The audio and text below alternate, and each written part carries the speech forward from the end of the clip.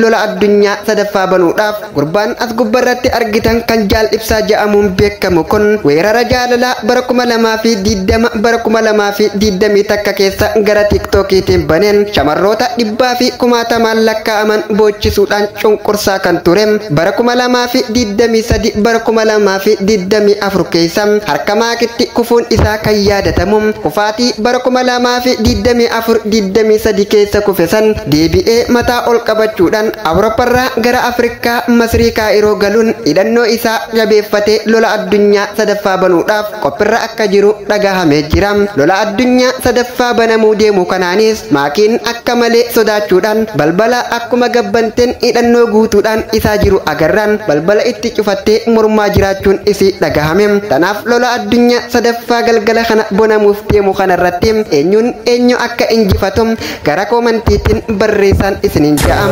أرحب نبيي أرحب نبيي أرحب قرتي أرحب وتتي warri xalayaa jaalalaa walaloo jaalalaa asoosama seenaa jireenyaan qabaa karaa kamiiniin si argachuu danda'a jettan hundaaf karaan ittiin argachuu dandeessan karaa yuutuuba chaanalaa Burqaa Shengiisuuf dhufuudhaan sabiskiraayib kisee isin gootan lakkoomsi waasaappii liinkiin waasaappii ol siniifaati achiin karaa wasaappiitiin na argachuu dandeessuun isiniin ja'a galatoomaa hojiin keenya yoo isinitti tole share laayik gootanii waliif qooduu hin dagatinaa.